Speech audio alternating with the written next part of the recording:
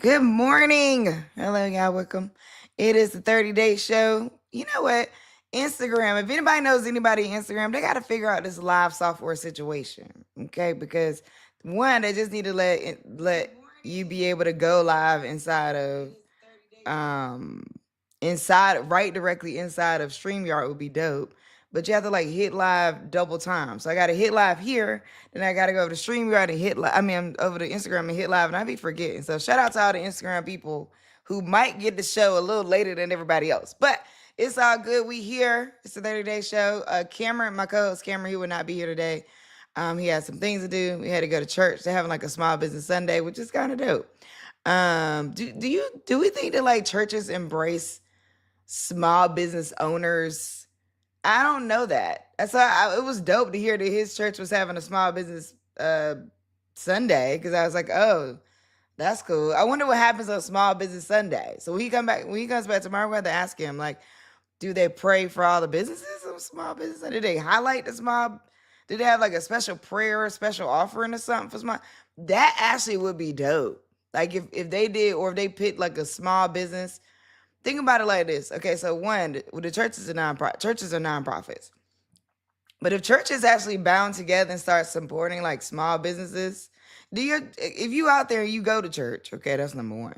If you out there and you go to church, does your church support small businesses, and what do they do to support small businesses? I'm curious. Because after he said that, he got me thinking. All right, this is day 15, y'all. That means we're halfway through the 30-day show. That's right. We're going live 30 days straight. I appreciate y'all for all joining us. We have like a morning crew that typically joins us every morning, that's like highly engaged, and then we have people that are coming in and out on Instagram. But one of the highlights of the show is that we interview all kinds of business owners, people, professionals, storytellers from all over. And today I have my good friend here with me. I'm so excited to bring her up. Dr. Sheena Howard. Here we go. Bring you coming to the stage. How you feeling? Good. How are you? Good. I'm good. Dr. Ben, I see you. Hang tight. Um, all right. So one, I'm glad to see you. Cause we might Same. talk on the phone, but we don't always be on video. No, we don't be in public together. Right. And I don't know when the next time I'm coming up to the East People Coast. right Did you now are like they know each other. Like right. when did Especially that like when happen? we like under each other's posts. And then I've seen people say like, "Oh, my faves know each other," or something like that, and I'm like, "Oh yeah, that's like my own girl from like years." Um, so all right, you got a couple things that I want to make sure all the people know. Why Wakanda matters. Yeah. Um, Hip hop and Nina's comics. whisper. Yeah. Uh, what'd you say? Say it again. Hip hop and comics. Hip hop That's and that's coming out comics. next month. I got a lot of stuff. Ashley, you got to come back when Cameron is here, because he's a hip hop head. He has a podcast called Hip Politics. Oh, that's Yeah, dope. where he's doing like hip hop and politics. So it'd be Yeah. dope for y'all to meet each other for sure. Also, the first Black woman to win the Eisner Award, which is a in the world of comics, is the Oscars Look, I got of everything at my comics. fingertips, y'all. There you go. There you go. You gotta have it right there. Yeah. I like this canvas, the Why Wakanda Matters canvas. Oh That's yeah, dope. the publisher. They every time I publish a book, they give me a canvas. Shout out to Bimbella. Really? Yeah, that particular publisher, y'all don't publishers probably don't do that. They do not, because my publisher did not do No, that. Okay. Bimbella, they got me. Okay, good, good, good. So, what are you working on now?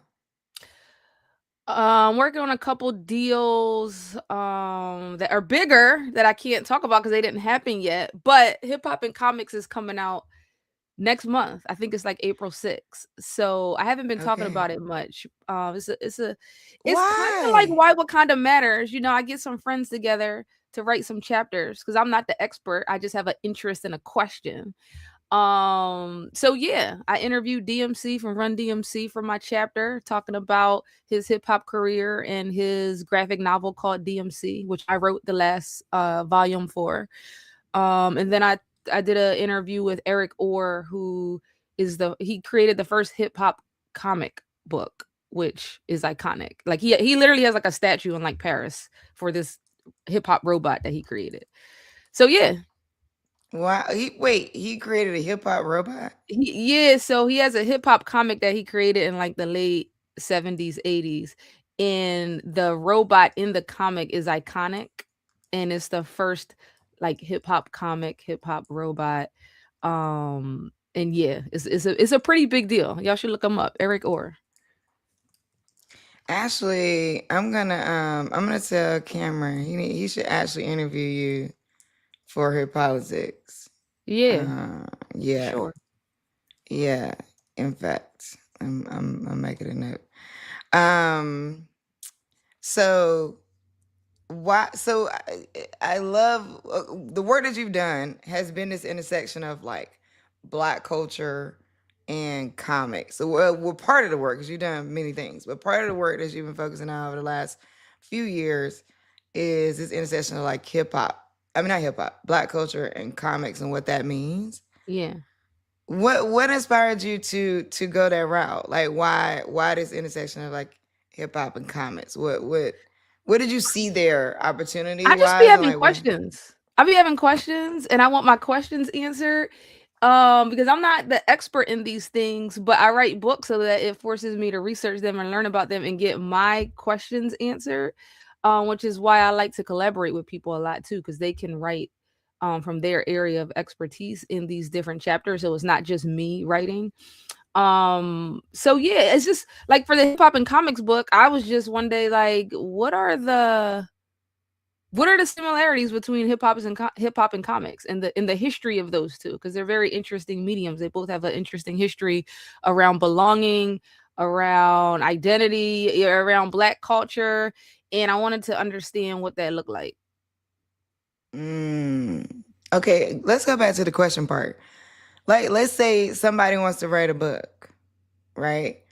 What is the when you say lead with a question, what are some of the questions some of the questions that come up for you that cause you like write a whole 50,000 words? Like Yeah. what what So that's the thing. I'm not even writing 50,000 words because, like, in this else did hip you hop and bring in comics other book, I people? wrote 2 chapters.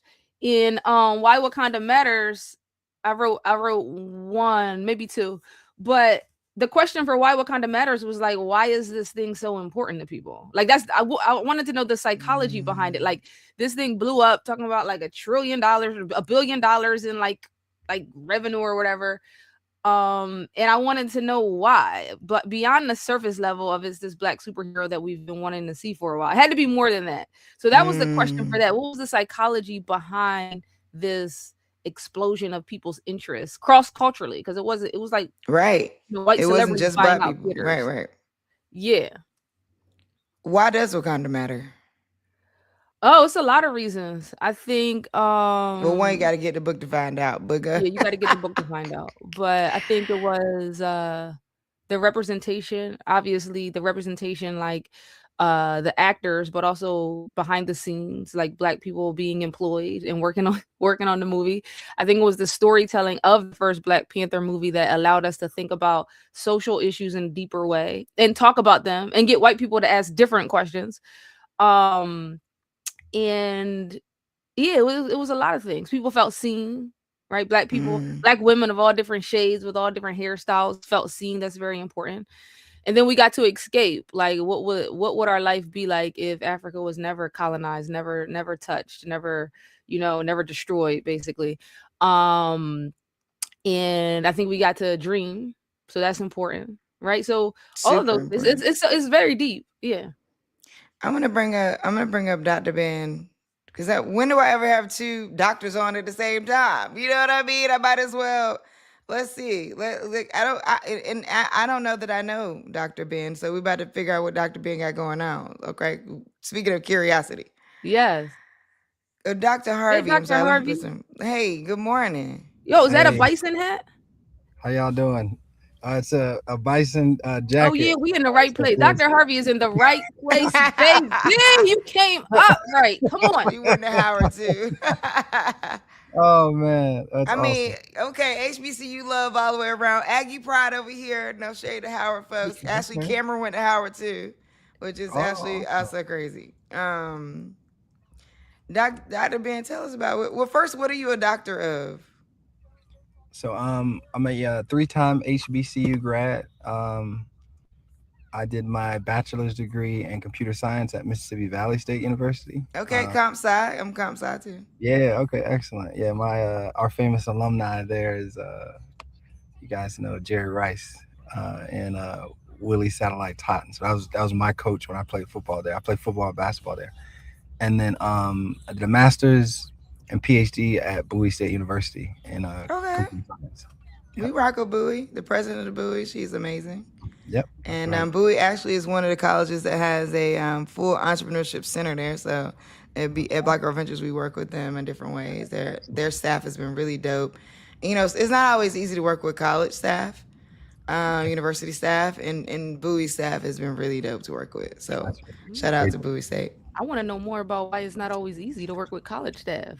What they be doing? Well, oh yeah, because you are a professor. Right. Like that, is that hard?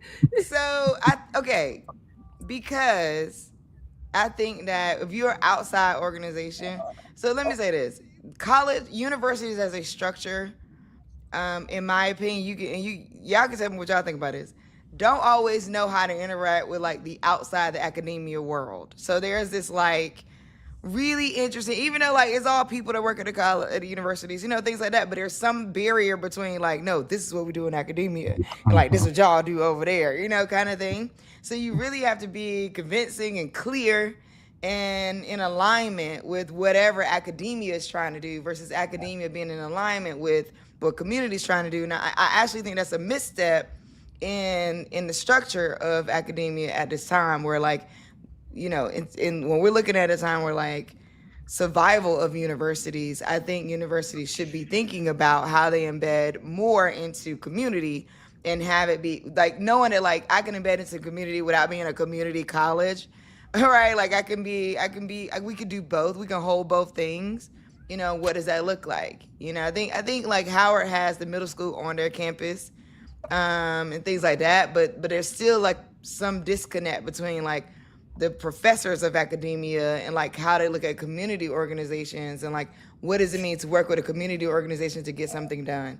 I mean, I've had like with USC, I've had like professors bring me in to speak, or I've done the same thing at Morgan State or Bowie, come in to speak about like when I'm doing pitching business, stuff like that. So I think from a guest speaker standpoint, I think academia works with community really well. But if you're talking about like how can we get your students into some other kinds of programs that people that are not internships, you know, then people don't know exactly how to interact. So that's what I mean. Like, I think that academia is a bubble. Yeah. Yeah. Oh, that was true. Yeah. Oh, that was true. No. So figuring out how we bridge that, I think, would be interesting. But to all the university presidents out there, when y'all figure it out, then y'all figure out how to raise some more money, because I think some of these folks out here with some money would probably be more apt to give money if you were thinking about how you embed it into their communities after they leave college. So I think, like, yes, we give back as like alumni, but we're giving back because we want the college to exist. We want the university to exist. But it'd be dope if it was more like we want you to exist in the efforts that you're also doing outside of graduating people as well. So anyway, those are I'll get off that soapbox, but I think there's just work to do across, because think about it like this. Okay, so I'm going back to it. Think about it like this. Everything is meshing together now. Like industries where it used to be like, we use this thing over here and we use that thing over there. It used to be like social media over here, politics going mainstream, media over here. Now you have all that got to be together. So politics now has to be on social media. And we were talking about this the other day. The next greatest candidate to pop out is going to be the one that masters streaming. Like the next political candidate that masters streaming is going to kill the game, because the idea of like a political version of a I Show Speed or Casa Not is out of this world to even think about. You know what I mean? Like that is going to dominate the attention of another group of Americans that people aren't necessarily, or they're trying to figure out how to sell everything to, but not necessarily how to include. So, you know, with the world we're in, I don't think we have the luxury of separating as much as we used to. Okay, wait, but you, Dr. Harvey, you didn't tell us what you're a doctor of. What was your CS, computer science. Oh, wow. You went all the way. Wow, Oh that yeah. is amazing. Yeah, it's unique because I also played basketball and football in college. So And how in the world did you do that? Because you clearly are not a human. I don't even know how. I spent hours in the lab over a semicolon. So I can't even imagine. I didn't be in the band because it was like, yo, I don't even know how I'm going to do band with A&T's demand of band and be a computer scientist. Those two things don't feel like they can even exist in the same. So how in the world did you play basketball unless you was just really good and they was like, he's good, let him go be in the lab all night. How did you do that? no, I was First of all all. right. It was tough. It was actually really very difficult. The demand of the sports and you know focusing in on a an academic kind of area that isn't easy to kind of do as well. It definitely was a challenge, but it was just all about focus and desire and will, right? I mean, coming from a background that I came from, like if you knew that there was only so much that you could do if you had to go back home, right? Mm. The reality of the situation is like I went to college to do the most difficult thing I could because I knew it was about, for me, it was about like, what's my earning potential when I leave out of this university? So I knew it was like mathematics, computer science, and my brother who Okay, played. first of all, sir, it's in you, not on you. Because if you was thinking that going into college, Yeah. you Yeah, already you was already focused. yeah, You was already out of this world. Because I don't even know if I was thinking that deeply going into college. So I just want to say you were already uniquely positioned to be who you became. So we'll just put that there. Like this. So you were thinking that I went to college to do the hardest thing I could do. OMG. That's amazing in itself. Okay, so you created archetype. How do I say it? Archetypal archetypal, archetypal. archetypal Mhm. AI. What does that mean? What does that do? Yeah. So where do I start? So a little bit on my background side. So I um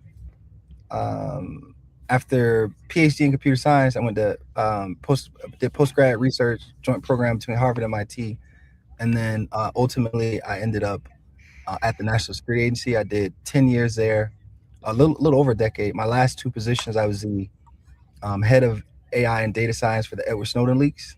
You remember that guy that took all the top secret Mm-hmm. files out of the NSA, and then I was promoted to like the essentially the highest ranking AI and data science position in the operations director at NSA. And when I was there, I saw this big problem. Started my first company. First company went to $250 million valuation. I'm still the largest shareholder in that company, but I'm also a professor. So at GW, so I understand exactly what you're saying, and I taught as well at my alma mater, which was Bowie State University as well. So this is my one of my kind of next ventures that I'm doing post AI Squared, which is my largest company.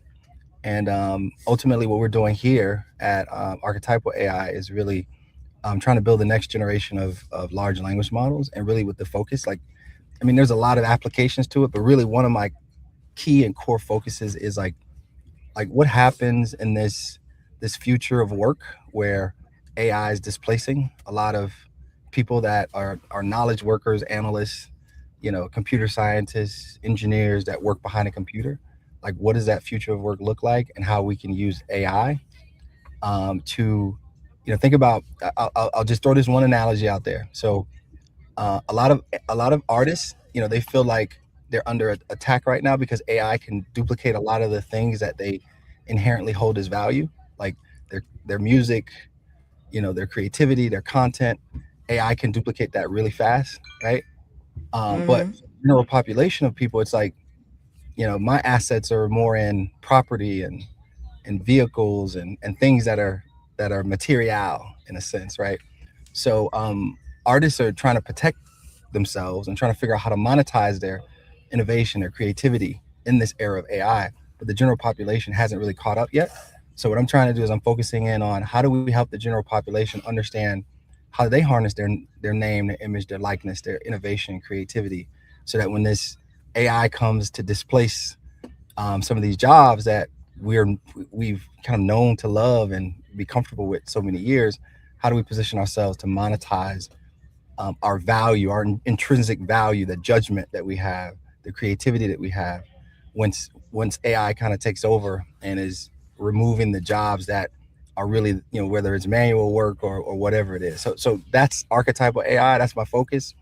Okay, wait. So let me break that down because one, you're a genius. Okay, so just want to say that both of y'all actually, because for Dr. Howard to take a question and then write like 10 books, she said that like, yeah, I just had a question. I'm like, what? So not, yeah, yes, yeah. You're saying these things real simply, but what I'm hearing you say is almost like the ability to NIL yourself Yep. in a sense. Okay, that's what I'm hearing.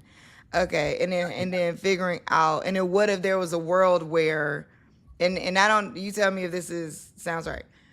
What I'm hearing you say is the ability to basically, if everybody know what NIL is, that's in sports, an entire industry now. Name, image, and likeness is just what NIL stands for. However, when we say that, or when you hear that mentioned in the sports realm, there's an entire world now where the athletes get to make money off of their name, image, and likeness while they're playing whatever sport. Because historically, the idea, in its purest sense, right? There's challenges to it, but in its purest sense, the idea is that the universities are making money off of the athletes in certain ways, and the athletes were not able to make money off of it.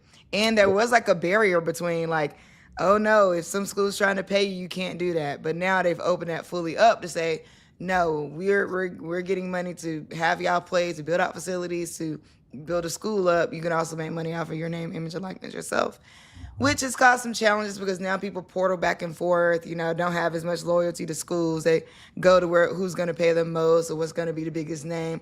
But on the flip side, from a business perspective, it allows them to have a little bit more strategy around like where they want to be.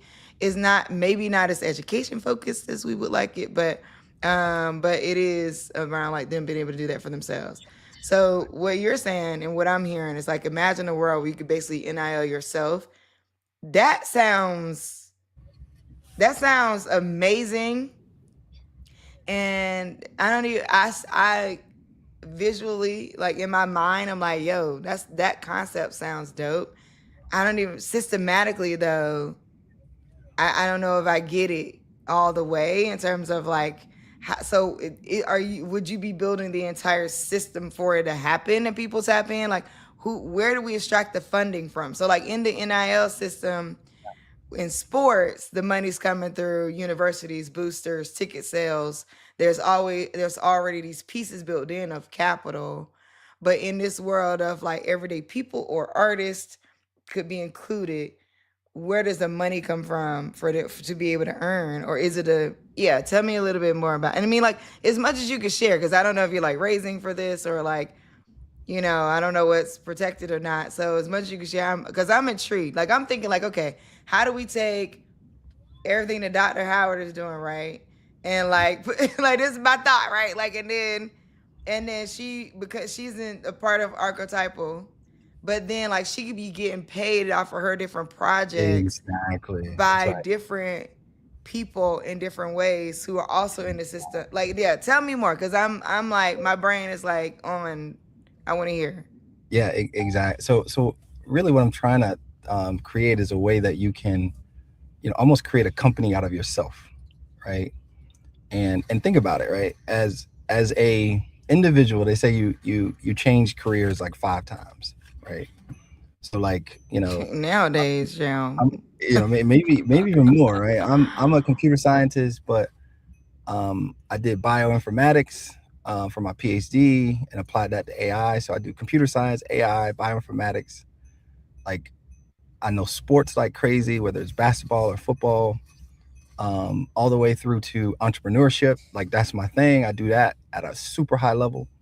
So if you think about it, right, myself, the judgment that I have in those different areas, right? So 2 things that AI is really bad at, right? One is hallucinations. Like it hallucinates like crazy. And that's why people are scared of letting AI just roam autonomously, because it hallucinates a lot. Like what if it hallucinates and makes a really powerful, terrible decision messes up a lot of people. And the other thing is AI does not see the obvious, right? It's like judgment that humans have that AI doesn't, right? And so essentially what I'm trying to do is imagine if all the jobs behind a computer go away because AI can do things 100 times faster than we can, right? But what's the one thing that AI can't do that we do really well? It's the judgment, the logic that we have. That AI, right? When it, as the example is AI can't see, it doesn't see the obvious well, right? And I've got a lot of examples of that. One big one is when I was at NSA, we had an attack where the adversary was being really, really, really noisy in certain areas, but he was being really stealthy in other areas. And then the areas that he was being really, really noisy, we knew the crown. Oh no, he froze. I was dialed in too. That's a cliffhanger, y'all. I know. I'm like, If you oh a writer, my God, end the issue right there, and people will go to the next one. Cause what? I know. I'm like, what? Wait, what happened? He's still there. Oh man, no, he's frozen. Oh man, I'm like, what happened to the AI? He gotta come back. He gotta come back. He gotta come back. All right. Oh, you know what? While we wait on him, you were talking about storytelling, and that's one of the things that you're an expert at. And there's a lot of people out there trying to figure out how to tell their stories, how to do it in a way on like social. So talk to us a little bit about your Patreon, the work you're doing with people, where people can I want to be able to tell them everything that you and what for I'm gonna put up your information. What would you like me to I go, but what's your Instagram? Is Dr. At Dr. Sheena Howard. If you at Dr. Sheena Howard, you'll find me. DrSheenaHoward.com, DrSheenaHoward.shop, at Dr. Sheena Howard. My Patreon, patreon.com/Dr. Sheena Howard. So my name right here up on the screen, Dr. Sheena Howard. That'll unlock everything. Yeah, and I'm very proud to say I have a new URL, DrSheenaHoward.shop. That is that? We're leveling up, baby. It'll take you to all my products. Okay, I gotta put that there. DrSheenaHoward.shop. Okay. Dang, I need him to come back. I know. You better log back in. I know, because I need to know what happened. I need to know how to sell my likeness, y'all. Yeah, because that it's a fascinating idea. I think that the idea of we can NIL ourselves, that was my easiest way of putting it. That was good. Because I was because at first I was kind of okay, what is it? Yeah. But that's a sweet spot for me. I love being able to interpret what people are saying so other people can understand it. Plus, this level of genius, he's clearly he's right. To have a PhD in computer science means a lot of things, especially because now what we had to learn, and I don't know how old he is, but the way we had to learn code was very much manual. There was no Claude. There was no ChatGPT. He got 3 degrees, and he was in the industry for 10 years, so he probably learned by hand. Yeah, we had to learn. Now you can go, Claude code, and then everybody's coding. But I think that one of the missteps I think is we're gonna see with that is you're gonna still need training, because you're gonna need training to check it. Right, you need to check it if something is a little off. If you want to modify, you got to know where the lines are and where the little small modifications. You got to look after it. Yeah, you do. But I tell people the same thing about even social media. So people are like, oh, they're hiring all these people to do their social media. I'm like, you should at least have a base understanding of what it is, because you don't even know how to check for whether or not it's happening correctly for you. I've seen people charging people thousands of dollars just to look at analytics. And I'm like, are you freaking kidding me? You should not be paying anybody thousands of dollars to look at your analytics. Okay. There's so many software pieces that can go in and analyze your analytics for you. Right. You ain't got to do that. And then on top of that, there's also just look at it yourself. Right. Some basic numbers you can kind of get a read on Where's Yeah, I kind bottleneck of understand is. which way to go. Oh, speaking of ourselves, I was gonna take so with the 30-day show today. Welcome if you just joining because there's a bunch of people always joining back and forth on Instagram. I'm Omi Bell. My co-host Cameron Calvin is not here with me today. I have my good friend Dr. Sheena Howard here, and I was talking about how the 30-day show is working. I've been doing my best to just like tell people what I'm doing. Like I'm not trying to gatekeep what I'm doing because at the end of the day, it's us against the algorithm. So I'm like, I might as well tell y'all what I'm doing, and if it's helpful at all for you to try, then I say go for it. So I Yeah. decided I follow a lot of those online gurus, right? Like Alex Hormozy and Gary Vee and like there's another guy that I just followed. I can't think of his name right now, and they're always telling you like do this and just do that and just do this and just do that and you like, okay. So I sit down, you try to do it, and you're like, what the heck? I can't do this. Right. Like there's no way. I don't know what I'm doing. I tried it. I downloaded Right. the plan. I read it. But they'll tell you to do more. They'll tell you didn't do enough. Right. didn't. And that you're the problem. Yeah. Like Yeah. you're the problem because you didn't do enough. That's the Meanwhile, they got like 500 employees. Like right. They got cameras on them all the time. talk about they posted 100 pieces of content a day. Like Not us, you by yourself. us minions. So Can't do that. I'll be looking at it like, what is happening, right? And so I was like, I'm just gonna try something because I've also heard about like people telling you to start new accounts, and I'm so afraid to start a new account. I mean, the 28,000 followers I got, I'm holding to. So you talking about starting a whole new account, and I'm trying to grow them, and they move like 1 inch. Have you Let me started any new accounts? This You I should. started this on a new account, but I'm what's your suggestion? Start collabing with your main account when you post the content. That's how you grow it. It's also very important, and I'm saying this and I haven't done it yet, but I do have other accounts that I just don't use, but I should actually be trying to build them because if something happens to your main account, you're gonna wish that you had worked on a backup account. Okay, that's a good way. You're gonna be very sad, like, because yeah. Okay, and it is a pain because you gotta start all over, but this conversation is a reminder to me to start activating my other account. You're not wrong about that because for body business, for the 3B Society, Body Business and Belonging, I'm gonna need to start a new account because my audience is so built around business. Like the algorithm that I'm in, that people see me in, is all business. Yeah. And now that I'm thinking of how to integrate all of them, I'm gonna have to think of another account. Yeah. So I decided to start this one. Oh, good. Yeah, one day. I mean, one reason why I did this is because I got tired of the other show formats. So like this new account, you better be doing this.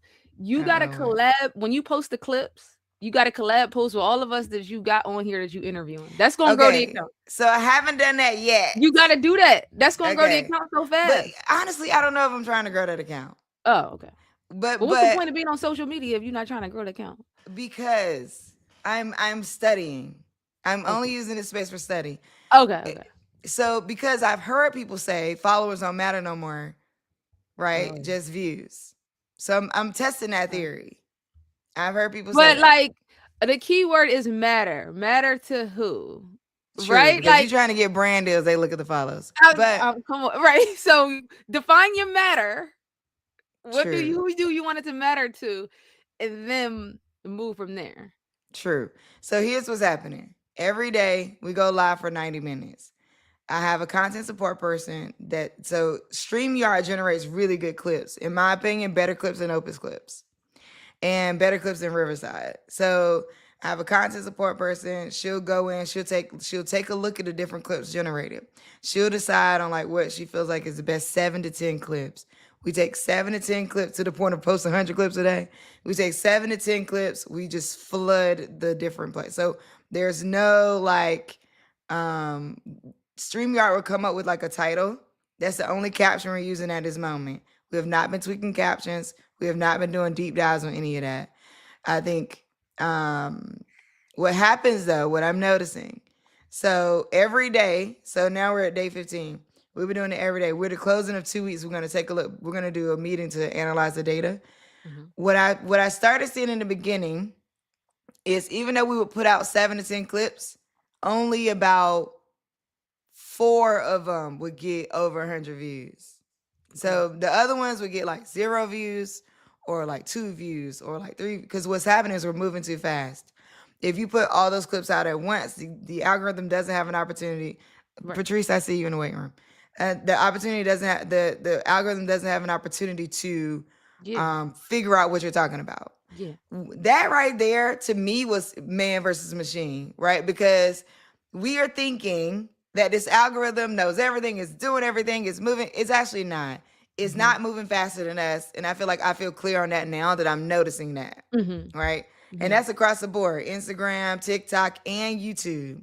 When we flood at one time with 7 to 10 clips, we notice that the first 3 to 4 clips get very low views. The latter, well, let me see, because from a Q perspective, the last 3 to 4 clips. So let me say it that way. The first 3 to 4 clips get views. The last 3 to 4 clips don't, Mhm. right?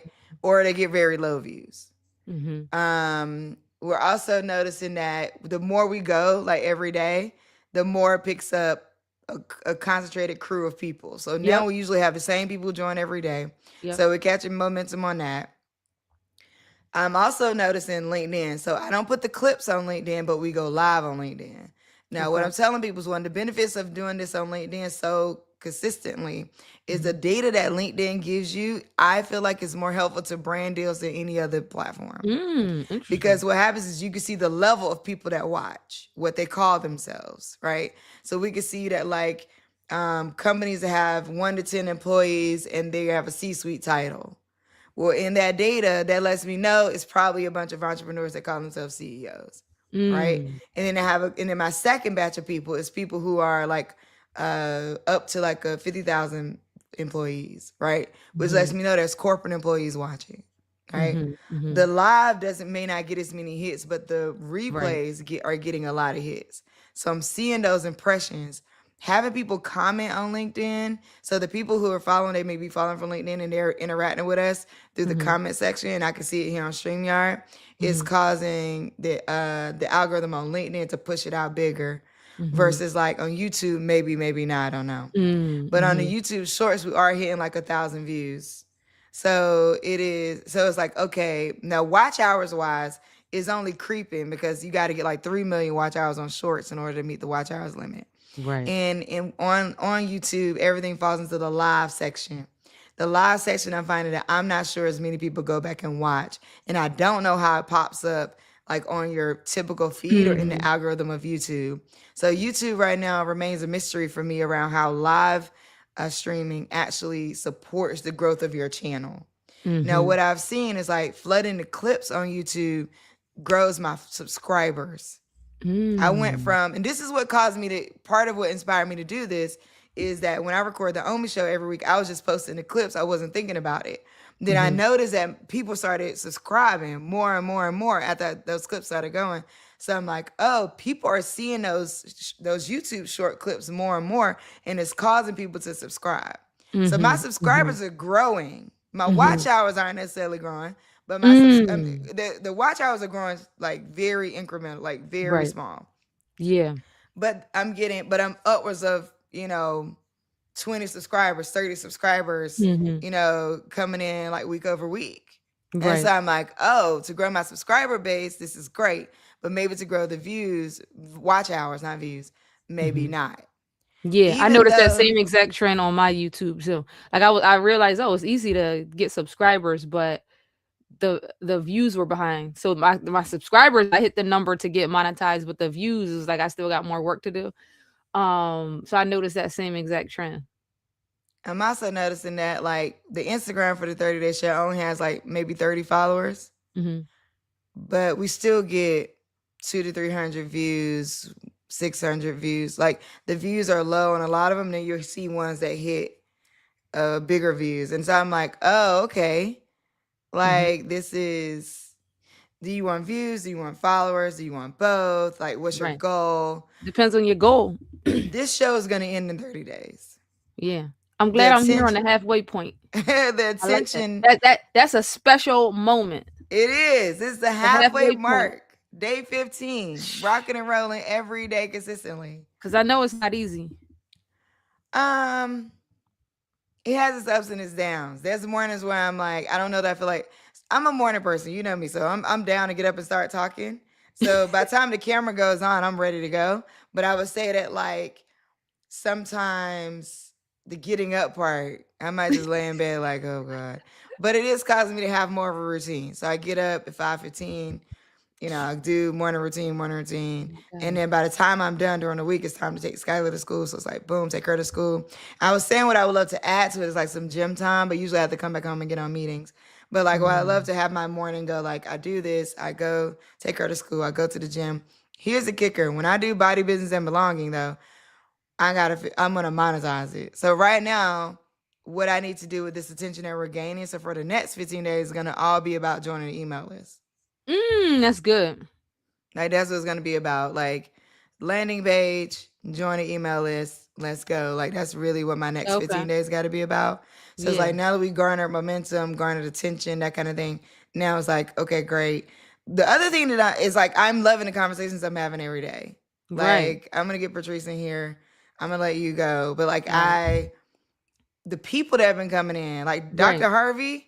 I don't know where he found the link at, but I'm like, dude, you got to come back because I got to know cliffhanger, yo. Like, oh my God, I got to know what he's doing with the. I don't even know his handle. Like, where do we find him? Like, I know that's like, so I don't either. So now I'm gonna send him an email. I do have his email. I'm gonna send him an email because I'm like, you got to come back and finish off this conversation about archetypal AI and like what we can do. I need to own myself. I know. I need to figure out how to make money off of my. I was thinking how sad that is. It's so like, oh my God, I'm about to like monetize myself.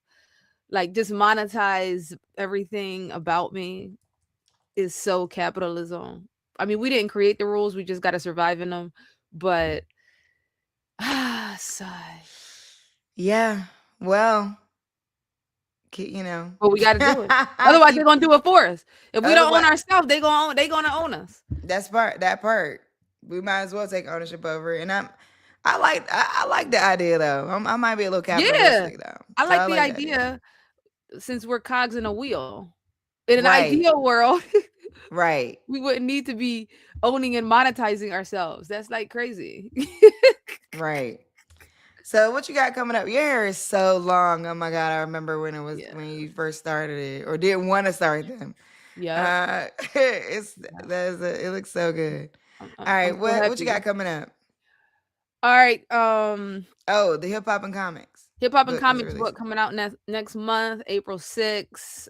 You can get it from University Press in Mississippi. You can get it on Amazon. I mean, I hate promoting them, but that's the easiest place because I'm not selling them directly myself. A lot of my other stuff, like Why Wakanda Matters, my viral Boondocks dissertation, you can get on my shop, drsheena.howard.shop. Please support that. I got a Boondocks curriculum up there for the educators. That's really popular. So you can get that at my shop. And then join my Patreon, Dr. Sheena Howard. It's a storytelling community where strategy meets creativity. You want to make your first 6 figures? Come join us. We do group coaching every month with me. Let's go. I love that. Make sure. Yeah. All right. We'll see you. I'll see you. Thank you so much for coming in. I appreciate you. Have a good day, y'all. All right. Bye, have a good day. Bye. All right. I got to bring my next guest up. Patrice Chappelle. I want to hear what she got going on. Coming to the stage. Hello, Patrice. How you doing? Good morning. I cannot hear you anymore, so I'm not sure what happened. I don't know. I can hear you. I can hear you. Go out and come back. Okay. Let's see. How do I exit? Okay. Now you can exit at the bottom of the screen or your app, where if you're looking online, there's a button that should say exit. Okay, there you go. Maybe tech glitches. You know what? And this also brings me back to like when tech goes wrong. But Dr. Howard, she made a good point. What she was saying, like, because I've been dreading starting a new account, and she made a good point around like you want to start a new account because you if something happens to your current account, and I'm like, but I spent all this time building all these followers. So it is important. All right, here we go. Okay, can you hear me now? Yes, I can. Good morning. Good morning. Perfect. How are you? I'm good. How are you, Omi? I'm good. Tell me a little bit about what you're working on. Yes, so I am Patricia Pell. I'm the co-founder, co-CEO of Melon Brand Skin. We are a natural, safe, and effective skincare company for Black and brown children. My son, Braun Eccles, is also my co-founder, co-CEO. So he's 15. We started this company back in May of 2023. So we're coming up on 3 years. What? Tell me the name of you went so fast. I'm sorry, say that again? Tell me the name again. You went so fast. Yes, Melon Brand Skin. Melon Brand. Is Mhm. that MELANBRAND? Is it all one word? Yes. Okay. Melon Brand is one word, and then skin, of course, separate. Yeah, But it's yeah. And what's your melanbrandskin.com. IG? It's Melon Brand Skin. Okay. Do you have it with you? I actually don't. I'm running right now, so I'm in the car unexpectedly, but I don't have any product currently with me. But we have products for ages 7 through 21. So we're capturing the school age children through college age students. We have a cleanser, a toner, moisturizer. That's our discovery kit, and that's just for like a basic skincare, daily routine. Then we have a collection for eczema, psoriasis, and dermatitis. So that's good for babies and up. It's really family friendly. So all ages. So if you have a skin condition, dry skin, it really works, and it's all natural. So we're dermatologist approved as well. So, what inspired you to? Well, there's so many skincare brands, and I never know what's what. I love that you're focusing on kids because I think my daughter sees me doing my skincare routine, and she's like, "I want to do, something." And I'm like, "Nah," because your skin is so young. Right. Like she's only 11. It's like you actually don't need to do all these things. But she does deal with eczema, so we're working through like Mm-hmm. Aquaphor, or there's another. There's a European company, but they have shops here. It's called Lush, and they have like skincare. And so we've been working through different, trying to find different things to like keep her moisturized because she'll be moisturized throughout the day, but then overnight she's like super itchy. So we're also like having her have to like reapply and all that. But Mm-hmm. there also could be other ways to treat the skin over time other than just trying to moisturize. And I think like that's all we know is like it's dry and moisturize, but like if there's other ways to treat the skin. Do you have a background in like what was your, was it just like you dealing with it? Like what inspired you to start it? Yes. So my son, when he was about 7, I couldn't find any skincare products on the market. So when we go to stores like Target at the time, Walmart, Walgreens, there was nothing that addressed, kids skincare. He was using my products that were made for adults that may have collagen, retinol, even probably some toxins, I'm sure, and it just wasn't suitable. So before his 12th birthday, we started looking at formulations and doing the research on what would be best for Black and brown kids in particular. So that's kind of how that came into play. It was really a solution for him and his skin. Oh wow. Okay. Okay, cool. Yeah. What's your, what do you feel like is the most popular product that you have? So our flagship would be our Discovery Kit, which is that cleanser, toner, moisturizer. And to answer your question as well, no, I don't have a background in anything to do with cosmetics or cosmetic chemist. None of that. I just simply was a mom looking for a solution for her son. I was like, there's got to be something out here. And if you look right now in the market or in the marketplace, you'll see that there are other brands that are popping up, kids skincare brands, but they still do not address Black and brown, and they skip right over the boys. So it's primarily marketed to the girls. And for whatever reason, they're still excluding the boys, but boys need skincare too. So I would say like our flagship, like I said, is the cleanser, toner, moisturizer. And then we have the melon moisture that is really good for like skin conditions and things like that. Oh wow. Okay. I Yep. love it. I wish you had something Thank with you you. so you could show us. Yes, I'm sorry, I don't. But I will say this: I run into babies almost every week where they're with their parents, and I'll look at their skin and see they have a skin condition or something, and I'm like, "Hey, do they have eczema?" And they're like, "Yes." And so that's how the whole conversation gets started. I'm so passionate about this, even though Braun, my son, didn't have eczema. It's just the fact that like I met a 7-month-old baby yesterday, and Mm. the mom was like, he was almost born with it. Like, he's had this since birth almost. So just to hear those things and to be the solution to a lot of parents, problems because their babies are scratching, it's itching all the time, it's starting to bleed, their skin. So Mm. I just like the fact that we're out here really solving a problem. And this mom I met yesterday told me, she's like, we just took him to the dermatologist. Of course, they gave him a steroid cream, and the steroid creams can help, but it's a temporary solution and it's not natural. Yeah, that's what So they gave my daughter too. They gave her a yes. steroid cream. So a lot of parents want to get away from that and find more of a, holistic, vegan approach, and that's kind of where we come into play. Okay. Well, and we can go to melanbrandskin.com. Yes, correct. And we're on social pretty much everywhere as well. Okay. Thank you. This is great. Thank you. So anything you want to lead the people with? Yes, real quick, Omi. So we are actually going to be in DCA. So we're located in the DC area. We're going to be in Ronald Reagan National Airport starting April 1st. So we'll be there from April 1st through June 30th. So if you're passing through, you're going to be, on the American Airlines terminal, that side, National Hall. Please come check us out. We'll be located directly next to Legal Seafoods. All right. Congratulations. Thank you. That's amazing. Okay. Thanks so much for joining us. We'll everybody go check them out at Melon Brand Skin. And let us know, like send us a note when everything is up and running in the Yes. And so we can actually share that out. That's amazing. Thank you. I definitely will. Thank you. All right. Have a good rest of your day. Thank you for joining us in the car. No problem. Thank you for having me. All right. All right, y'all. So today is day 15 of the 30-day show. And we have really been rocking and rolling. I mean, like every day, going live 90 minutes a day. I have some travel coming up, but I'm trying to figure out how I'm gonna do the 30-day show on those days. But I'm gonna make it happen because it's important. I think hopefully the way I have my travel set up would be after the time that I actually have to fly. But then it's a matter of like making sure I can okay, it looks like I fly out at 12.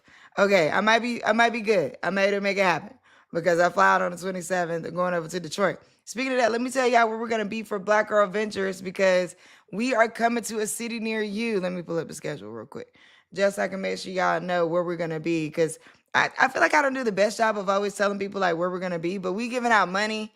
And so it's like, hey, you should actually tell people where we're going to be. There's a couple things happening right now. If you are in Detroit, so Detroit, Chicago, New York, DC. What am I missing? Maybe Austin. We'll see. But Detroit, Chicago, New York, and DC for sure. We are coming to see y'all. So, actually, we might have an application over for some money right now too. I know. Yeah, don't get me on this. Don't ding me on this because I should know this. Let me see. So I can tell y'all what programs we got open for capital. Because people are always asking me, like, how do I get capital from Black Girl Ventures? What does that look like? I don't know. Let me see if the application's closed already. Because I know we're moving into interviews. Oh, the open call is closed. All right, so the open call for Detroit. So if you're in Detroit, we would have an open call for you to get access to capital, but it actually just closed. So that one is not open right now. But we are coming to Detroit to give out some money on March 28th. All right, so here we go. Where I will be and where BGV will. Well, I don't know if I'm going to be in all these cities. I won't be in Chicago. Actually, I might have to go to Chicago. Shout out to Chicago. If you out there and you in Chicago, know Chicago folks, shout out to Chicago because we did a poll at Black Girl Ventures for where people want to come, where they want us to come. So we're going to do a one-day summit this year. And we did a poll to see like where do people want us to come. And DC was first. Chicago was second. I mean, close second. So we're going to do the full one-day summit in DC in September the 10th. But we're going to do pull-up and pitches in Chicago, a pull-up and pitch in New York. And along with those pull-up and pitches, we're also going to do a mixer. So we're going to do a community event where everybody can come, check us out, hang out, meet and greet kind of thing. And then we're also going to have an opportunity for you to get access to capital. So I'll tell you how pull-up and pitch works in a second. Actually, maybe I could show y'all a video of how pull-up and pitch works, actually. Maybe I could pull it up on our YouTube to show y'all how pull-up and pitch works. because it's open. Everybody pull up. It literally is what it sounds like. Pull up, shoot your shot for 60 seconds, and walk away with some money. So what are the dates? All right. Now we're going to be in Detroit, March 28th. We will be in Chicago, May 30th. We will be in New York, July 18th. And then we will be in DC, September the 10th through the 12th. Okay? Said it again for the people in the back. We'll be, Black Girl Ventures is coming to Detroit, March 28th. Chicago, May 30th. New York, July 18th. July 18th. So everybody get ready. Now, with the what I'm giving y'all, Detroit pull up and bitch March 28th, Chicago pull up and bitch May 30th, New York pull up and bitch July 18th. These are all opportunities for you to literally pull up, shoot your shot, get some access to capital. So how does pull up and bitch work? It's open to anybody in their entire city. You can come. We have 3 judges, and we literally put a mic in the audience. So it'll be a mic, 3 judges. Everybody will line up. First come, first serve. You get there, you get your number, you solidify your place in line. You pitch for 60 seconds. If you get 1 thumbs up for a judge, from a judge, you get $200. If you get 2 thumbs up from a judge, you get $250. If you get 3 thumbs up from a judge, you get $500, and you get to go to the next round. In that next round, you're pitching for up to $10,000. First place winner in the second round is $10,000.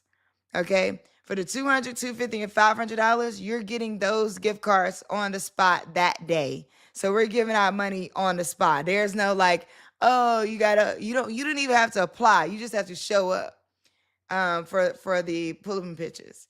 Like, I'm gonna run the dates down again after I just told y'all how it works. For the pull-up pitches though, all you gotta do is show up and shoot your shot. I'm gonna go to YouTube so I can see if I can show y'all some video of what it looks like so y'all can understand what I'm talking about, because it's a fun event.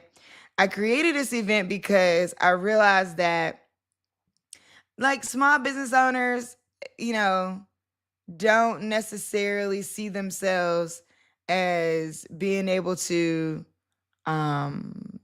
pitch. Right. And so like, because, you might not see yourselves a part of like a Shark Tank or something like that. Right. And I wanted to open it up so that people can actually join, like anybody. Because I feel like if you've done the work to be able to like build a business, hire people, that kind of thing, then we should consider giving you access to capital. And I think that you should be able to articulate what you have and get access to that capital. Let me see if I can find here's the one from Philly. I want to find the one from DC so I can show y'all what it looks like in DC. Here's the one from Atlanta.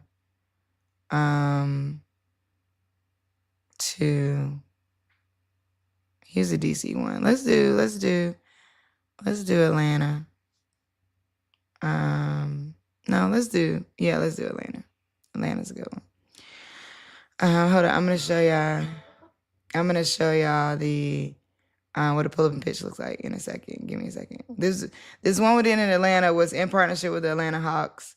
It was a great time. The Atlanta Hawks was an amazing partner for us. Shout out to the Atlanta Hawks.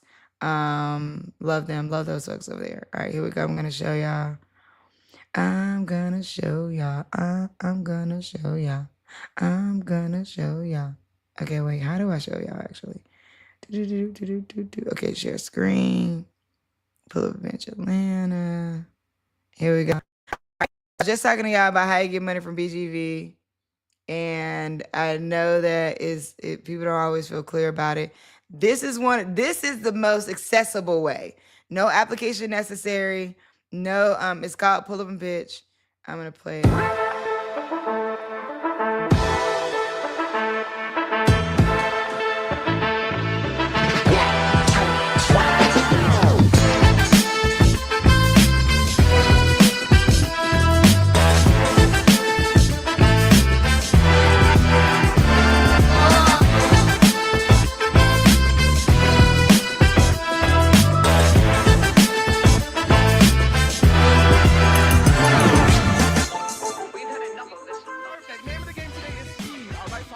fast. We're gonna be making sure people go. We're gonna see as many pitches today as we can. All right.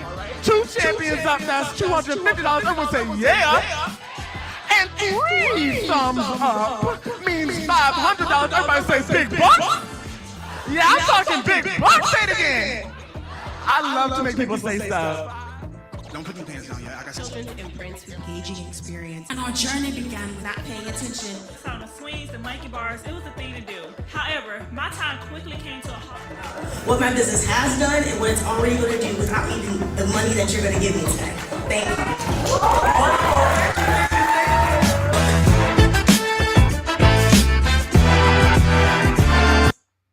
you. Dang. Oh, that wasn't a good ending. Boo. Okay. That's one of the pull-up pitches. Actually, let me see. I like this one better. Sorry. Okay. But we partner with, so when we partnered with on the one you just saw, we partnered with the Hawks. Like I said, love the Hawks, amazing folks. This one we partnered with the WNBA team, the Washington Mystics, which is one of our favorite partners. So we work with the NBA Foundation, and through the NBA Foundation, we get to work with different WNBA teams or NBA teams to get the work done that we love. Here is Pull Up and Pitch in DC.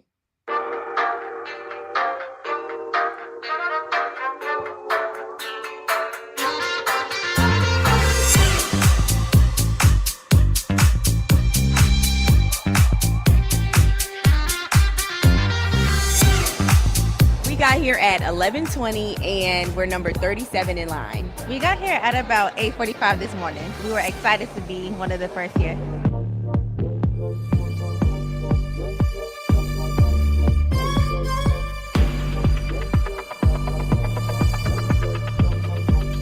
Oh, I guess I could have made it full screen. 2,000, 3,000, $10,000. How did you hear about the pitch competition today? I was scrolling on Instagram. We followed you guys, and we saw that you guys were going to be in DC today, and so we figured we had to come. So I came to the virtual a few years ago. I came to Atlanta in December. I got 2 thumbs up. I'm here today to take home the winning prize. I'm here to support, and I'm also just really excited to learn about the businesses coming out in DC. What problem are you solving? And the ability for the competitors to really drill down on that problem, I think, is going to be the winner today. Yeah, I've been a big fan of Black Girls Venture for a long time. And I said, you know what, let me come and see how the layout is so I can prepare for the next time that I want to pitch.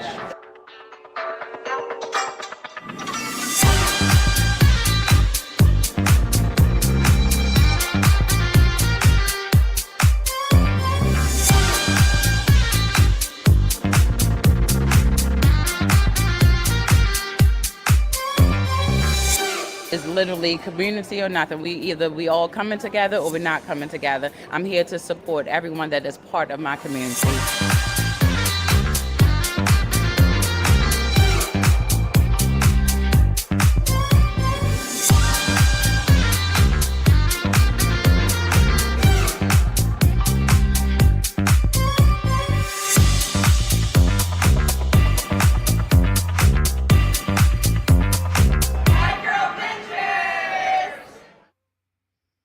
So this gives y'all a little sneak peek into how it works. So again, if you're in Detroit, because let me tell y'all what cities we coming to with this. Now we do other things too, but I'm just showing y'all how to pull up and pitch works. Here we go. Let me see. Let me make sure I tell y'all the cities right. All right, here we go. So March 28th, pull up and pitch Detroit. May 30th, pull up and pitch Chicago. July 18th, pull up and pitch New York. Okay, so make sure y'all are paying attention. Make sure you're on the BGV email list. Make sure you're following BGV. It's at Black Girl Ventures on Instagram. And anybody can pull up, like anybody. We have people who fly in from other states. Like, we are focused on the city that we're in, but we do have people who fly from other states, other cities, drive over from other cities, from just all around to be a part of Pull Up and Pitch, because it's open. And it is also the idea that you get the $200, $250, $500 on the spot.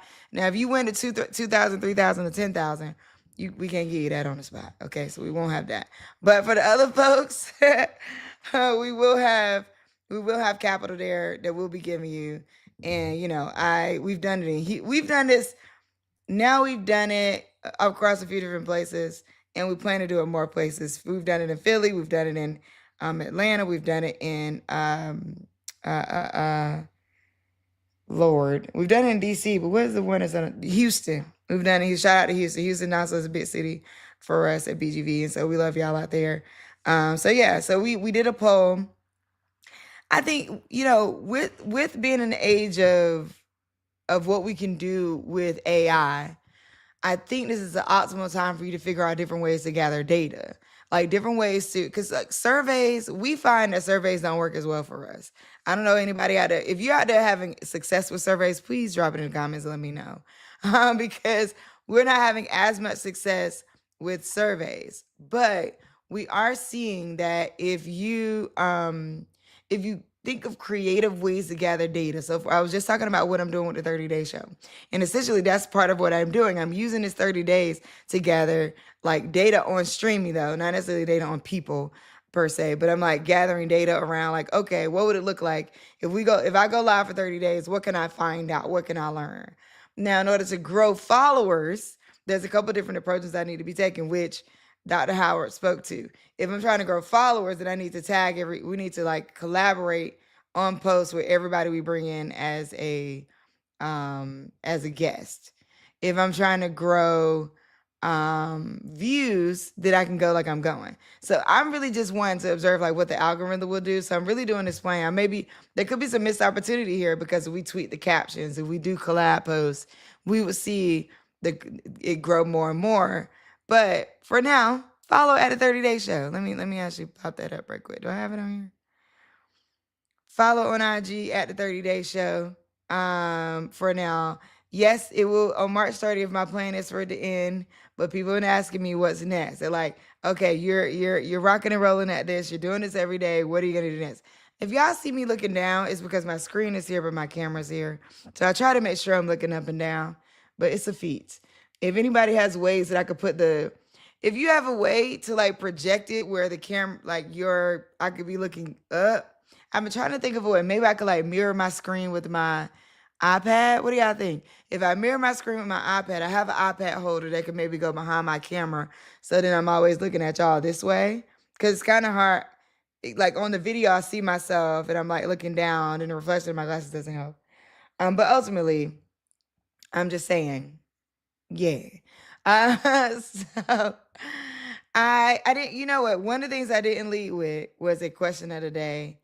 And one of the things I was going to ask for everybody out there, question of the day, what is a Duraclinks? You want to connect with me? Okay, let's do it. Sorry, I see you. DM me on Instagram. If you DM me on Instagram, I'm pretty responsive there. That's probably the easiest way, quickest way to get me. But here's the question I have for you today.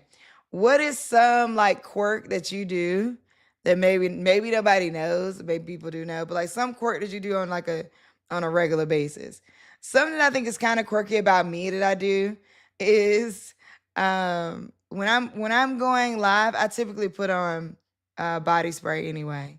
But like I'm virtual. Like when I go virtual, before virtual meetings, I put on body spray. I don't know. It's like nobody's gonna smell me. You know, like I've taken a whole shower. I smell good already. But like why am I putting on body spray to go live? Like nobody's gonna smell me. It's just me and my daughter. She doesn't care. She sleep. Like what? I don't know. It's just I feel like getting ready means you then are smelling fresh. No? Anybody out there? What kind of quirks do y'all do on a daily basis? Drop me a comment. What kind of quirks are you doing on a daily basis that then like you either people know but they don't? I don't know if anybody knows that about me actually. So y'all might have just learned something that nobody else knows. Speaking of learning things that nobody else knows, today is the Oscars. Okay, so tonight, well, here's the good thing about being in LA is that it's going to be held here at the Dolby Theater. And the interesting thing about it is that like on the East Coast, some of these things will go like late into the night. So like I remember this year watching the BET Awards and I was like, oh shoot, speaking of BET, hold on, I need to tell y'all, did y'all see what's happening with BET Plus? So, okay, sorry, I'm jumping topics. The Oscars are tonight. They'll be held here in LA at the Dolby Theater. And I think it's here in LA at a Dolby Theater. The interesting thing about watching these things on, let me see, where is the Dolby? I think it is here. Yeah, let me see. Yeah. Ovation Hollywood, the Dolby Theater. They'll be hosted. It begins at 7 p.m. Eastern Standard Time and 4 p.m. our time here in LA. The cool thing that I like about it is like these things start early. So I was watching the BET Awards and I was like, oh shoot, it's early for me when they go off. It went off at 7 p.m. here, and like across where y'all on the East Coast, they went off at like 11, like super late at night. So imagine it like after they went off, I still had like some day left. Like I'm not normal. That's not normal for me. If you just tune in and you just meet me, I just moved to LA last year, so I'm getting used to what it means to be here. And I'm like, this is one of the perks is that like, hey, for me, the Oscars is gonna start at 4 p.m. Cool. I can catch the whole thing and still have time left in my night. But it'll be streaming if you have Hulu. They'll be live on ABC, streaming on Hulu if you have them. So yeah, check it out. Oh, the Academy Museum of Motion Pictures is hosting an official public viewing. I probably could have went to that. I probably could have got into that. Whatever. All right, let's talk about we're talking about streaming. Did y'all hear? So I had gotten this news a while back about BET and where it's going, but I don't feel like I had the privilege of sharing all that I know on it. So what I'll say is the news that's out right now is that Paramount announced that BET Plus is a standalone streaming service will shut down in June 2026 with its 1,000+ hour content library moving to Paramount Plus. Following a buyout of Tyler Perry Studios' 25% stake in the platform. This consolidation aims to expand the audience reach of BET's content with a dedicated hub on Paramount Plus. The BET Plus app and standalone was shut down. Okay, content merger with Paramount Plus. Transition will occur in June 2026. Popular shows like the Miss Pat Show, All the Queen's Men, and Zatima will move to the dedicated BET hub on Paramount Plus. Direct BET Plus subscribers will be offered a discounted Paramount Plus subscription per TV Insider. Tyler Perry and the BET plan. So what this means is Tyler Perry remains a key content partner with Paramount per Variety. But the BET linear cable channel, BET Studios, and BET Digital are unaffected and will continue operations as of right now. I think that we should be watching. They're saying that the reasoning behind the move is a broader industry-wide strategy to streamline and reduce costs. I mean, from a business standpoint, that sounds fair, right? It sounds fair to say, well, how much business? So in the evaluation of this, right? And we never really know. This is where we have to like keep evaluating like the keeping of holding to Black content and Black audiences along with us merging into broader audiences and what that means, right? So long time Black folk have been complaining about BET. Oh, it ain't this. Oh, it ain't that. Oh, blah, blah, blah. But when y'all see Black things starting to cancel out and move in different ways, then we want to rage against that. And it's like, y'all, we gonna be in it or we not gonna be in it? Like what literally, what y'all want to do? We gonna be in this thing or we not gonna be in this thing? And I think sometimes it's trying to figure out and hold a nuance of both. Where it's like, I think, okay, in my opinion, first comes this, okay, we're going to just merge all BET Plus content into Paramount Plus. And like, yes, on the surface, is that a great business idea? Yes, it is, because you want to streamline and you want to scale. In order to streamline and scale, if you look at the value of the BET Plus app and whether or not the subscribers against the Paramount Plus app make sense, or you look at the BET Plus app and you go, we could just get y'all all on Paramount Plus. That's going to make us more money. Okay. So then it has business sense, social sense, moral sense, all that. That's not what I'm referring to in this moment. Right now, we're only talking about business sense. Okay. And from a business sense standpoint, I can see where it makes sense to merge BET Plus into Paramount Plus, right? Buy Tyler Perry Stakeout, right? Cool. You know, that in my opinion, that was chump change for them. You know, okay, boom. Buy them out of BET Plus app. But now, okay, they creeping in on Control. So I know that it looks like, oh, these deals are solid in a way where Tyler Perry has some type forever deal. They're creeping in on control. So it's like we should be mindful that, like, okay, now we're gonna shut down BET Plus. We're gonna buy Tyler Perry out.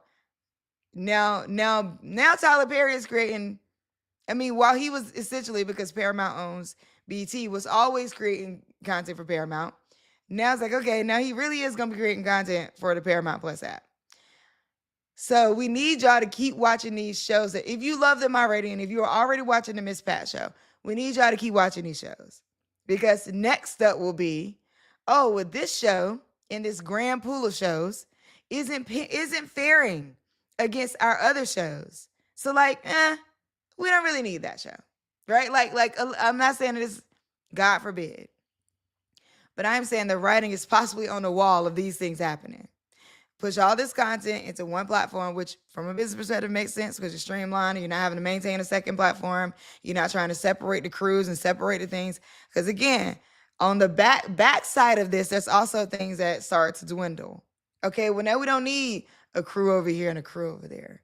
Okay, now we just we got the Paramount Plus crew that can handle these shows, So I don't know. I'm not pretending to know in all the ins and outs of entertainment industry. But what I would say that this could possibly mean is the crews are also affected. Now, hopefully, again, I don't know all the ins and outs of this, but hopefully Tyler Perry still has enough power in what he does have power in to be able to hold to hiring the crews behind the scenes. But this is another streaming platform shut down.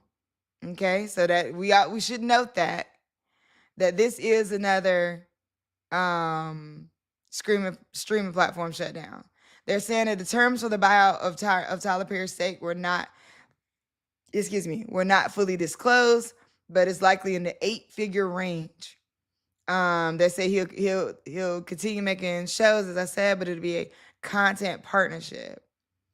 BET also operates a pair of fast channels devoted to Tyler Perry's series. On the Paramount side, CEO David Ellison has repeatedly expressed a desire to scale up Paramount Plus. That's the key motivator behind Paramount's pending takeover of Warner Brothers Discovery and bringing the company's streaming operations under one umbrella. The BET Plus move is at a much smaller scale than the potential combination of Paramount Plus and HBO Max, but it's a step in the right direction. Here's a memo from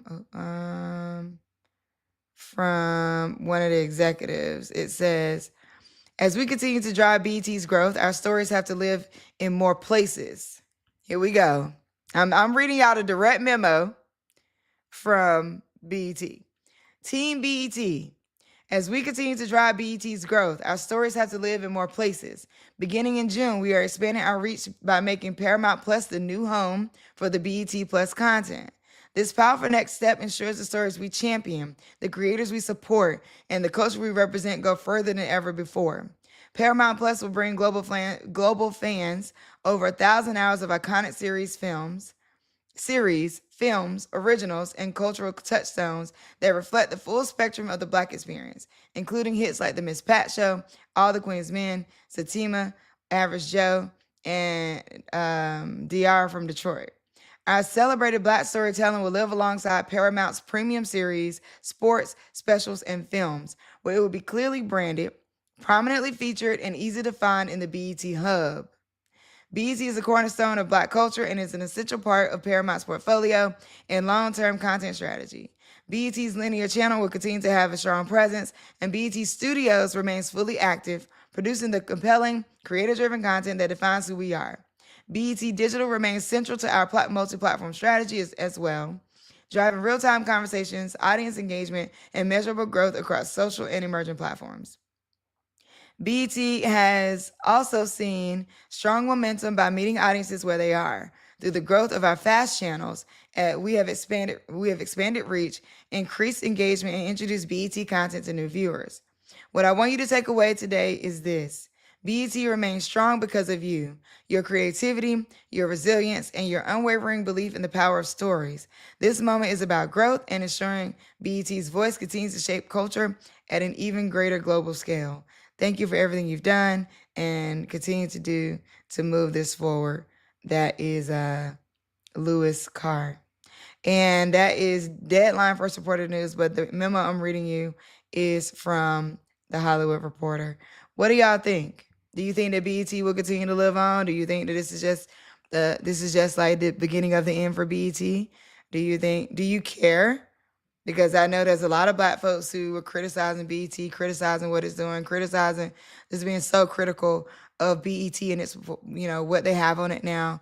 Even though like Tyler, I'm not a big Tyler Perry fan in terms of his writing, but or sometimes some of the things I hear from creators around business tactics or the way he manages things. However, I will also say that the business acumen and the ability to pump out content is keeping people employed in certain ways. But what do y'all think? Is this, BET Plus shutting down? Is this the beginning of the end of BET? Do y'all care? Because again, a lot of folks had so much criticism around BET and what they're creating and what they're putting on it and all that. I'm curious as to whether or not, as we think about it shutting, the potential possibility of it shutting down, what do we feel about that? And Larry Ellison, who head of Skydance, Paramount, they're trying to acquire Warner Brothers, HBO Max. Do you think now they'll go, well, shoot, we got HBO Max? If that happens, there are a lot of people in the industry who do not believe that this Paramount Warner Brothers deal is going to go through. However, I'm a serial optimist, but on this one, I'm noticing the power and the control things that are happening, right? So Netflix was in, they were already set. Warner Brothers was saying, yes, we like the Netflix deal. We think this is going to work. The entertainment industry themselves were not as happy about the Netflix deal from what I heard from insiders, but they were saying that we like the Netflix deal. Warner Brothers was saying we like it. Then Trump came out, demanded that they get rid of one of their board members. Next thing you know, the heads of Netflix are going to meet with the president. And then next thing you know, that Netflix is saying, oh, actually, we don't think this is a good deal. So, but because they had already had paperwork signed, they still get paid out. So the Warner Brothers is going to sell to pay Netflix out some capital. And now you have Paramount back in the game saying, oh, yeah, we want it. Look at the ties of power. David Ellison, Trump's homeboy. So, and along the getting rid of DEI, right? Anything DEI, canceling, shut down.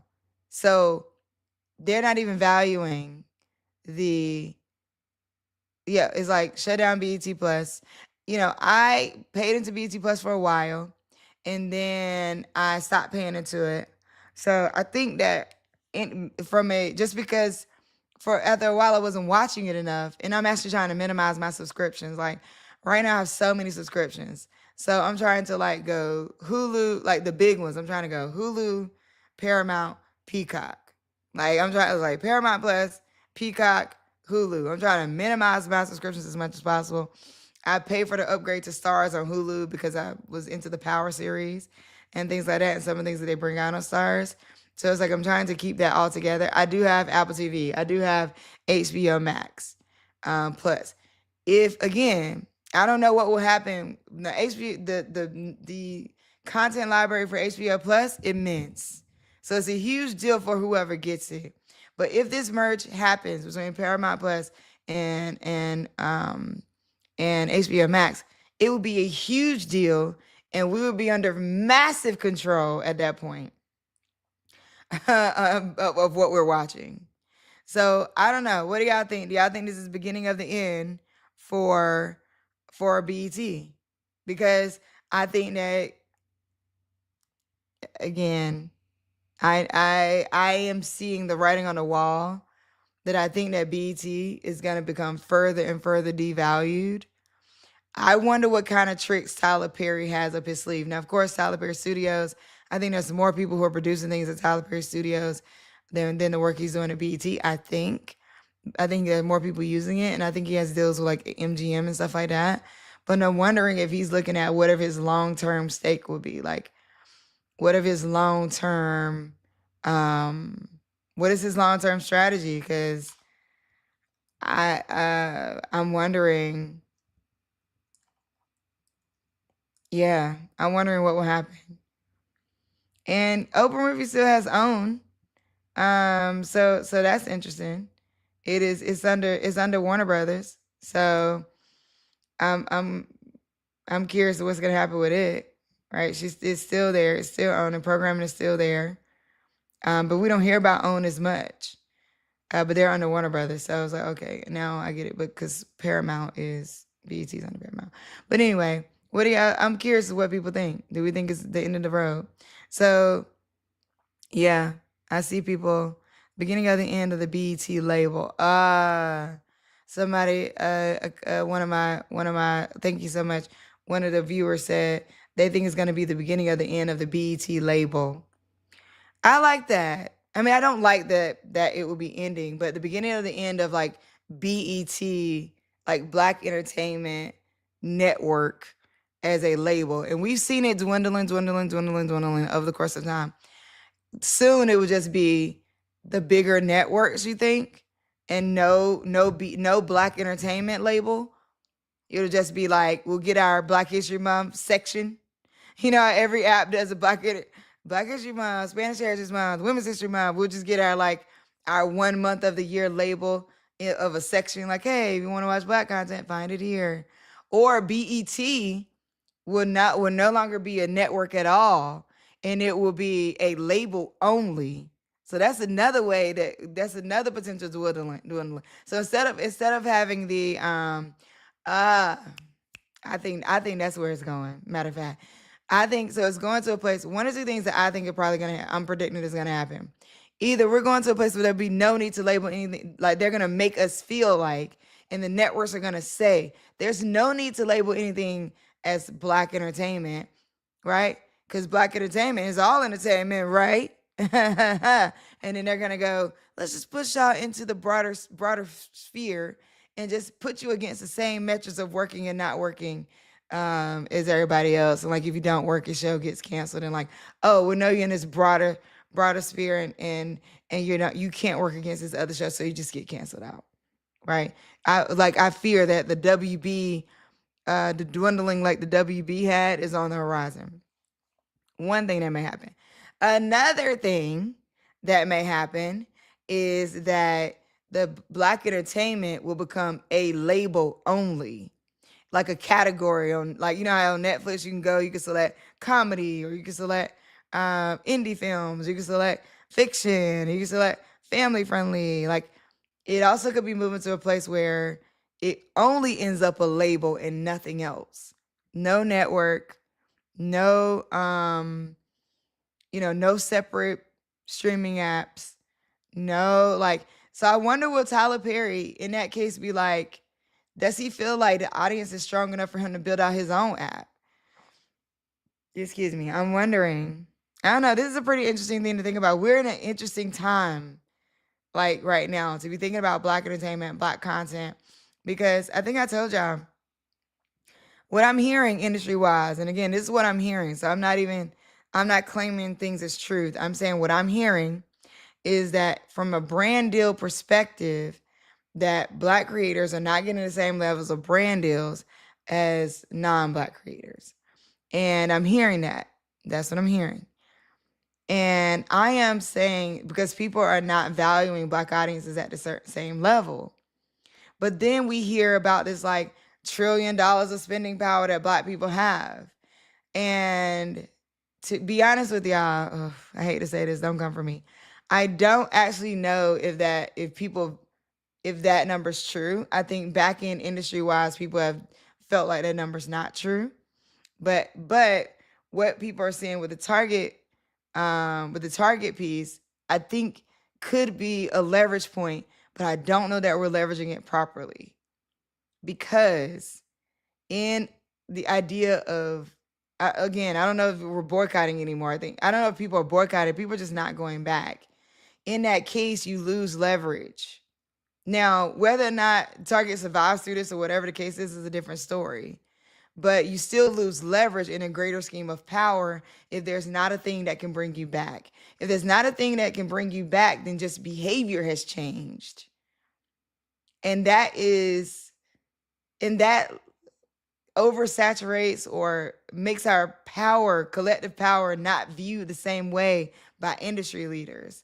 And I know that when people hear that and they get like, I try to explain it, but I feel like people just go off on the deep end and they like don't want to hear that. And they're just like, whatever, I'm not going back because I'm da-da-da. And I get it. I get it. I'm just saying to you, and with more than one truth existing at once, it also means we lose ground on our power. Stating yourself as powerful means you get to turn a thing on and off. You get to turn the thing off and you get to turn the thing back on. When you don't turn the thing back on based off of whatever you want to happen, and here's the thing, these people have data on us, data on data on data. They can tell whether or not you're deciding to take a break versus you're deciding to never go back. I know that's crazy, but the level of data they have on us, they know that. So in the decision to never go back, we're actually, and I'm not even saying let me bring it broader than Target because people have a lot of emotions around that, and I'm not here caping for anybody. I'm just wanting to talk about power. To hold power as a community, we have to be able to turn the thing off and turn the thing back on. And that is just a fact of the matter. And that is not me advocating for no industry or no folks. Okay?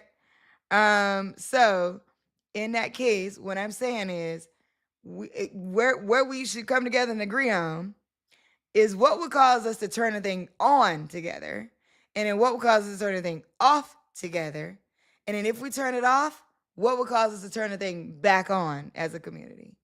Because when we figure that out, when we go, we pulling out of this, we're done.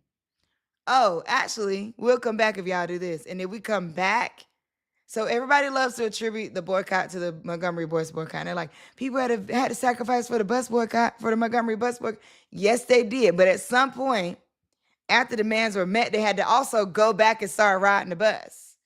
Because your power, holding power in the industry, means you also have the power to turn it back on. Not just turn it on one time, not just turn it on for a little bit, not just make a thing hot at first, but like hold the hotness is the kicker. And I don't have the answer to that. And I know that's not the information that some people want to hear, because some people just, they just want to go, no, forget that. Let's not ever do a thing. And I get that. And okay, no harm, no foul, no argument. But just know that like, that doesn't make you powerful. And that doesn't make our $1 trillion of spending power. That doesn't convince industries. And I know we don't want to have to convince industries to say that like our $1 trillion of spending power means that they should make a move. Because if our mentality is that we only have one speed and that's off and not back on, then they go, okay, well, y'all, we'll get who we can get. And that's unfortunate. Because I don't know that that's what we're actually wanting. We're actually wanting to hold the power of the on and off, not just have it be on once, off once. And I think it makes us more powerful to hold the ability to turn something on and the ability to turn it off and the ability to turn it back on. Well, I've reached my 90 minutes of my day. I'm at the halfway mark of the 30-day show. Today is day 15. We'll be back tomorrow. We have some amazing, also Dr. Harvey, if you're watching, if you're out there, I'm gonna send you an email. I don't know if y'all got to see at the top of the show, but Dr. Harvey was here, and he was actually going over some cool things around AI, and then he froze, then got kicked out and couldn't come back. Also, if you are not already on a text list, join the Omi Homie text list. Text me at 202-918-4483. When you are texting, you're actually texting with me, and I try to check it at least once a week. If not more. I try to check it more than once a week if I can. But 202-918-4483. I'm going to start looking at it every day since I'm telling y'all to join. All you got to do is text me, join the text group. I'm sending out opportunities there first. So those who got to sign up to interview for the 30-day show, they got to hear about it first on the Omi Homie text list. Over the course of the next 15 days, I'll be focusing on building the text list and my email list for other things that I'm going to launch, because people are going to want to know what I'm going to do after the 30-day show is over, and I have something up my sleeve. All right. Thank y'all so much. You can also follow me at Omi Bell. Follow the 30-day show at the 30-day show on TikTok and Instagram. If you want to see the full live show, if you missed it, you came in at the end, you want to see the full live show, you can go to YouTube at the Omi Show, and in the live column, you'll see today. Also, right now, what time is it? It's 11 a.m. there, 7, 8, 9, 10, 11. Tune into SiriusXM. The last half of my SiriusXM show is actually live right now. SiriusXM channel 126. Thank y'all so much for being here. All right. I'll see y'all tomorrow for another episode of the 30-day show. And remember, at the end of the show gonna end. Okay. I appreciate y'all. I appreciate everybody joining the morning.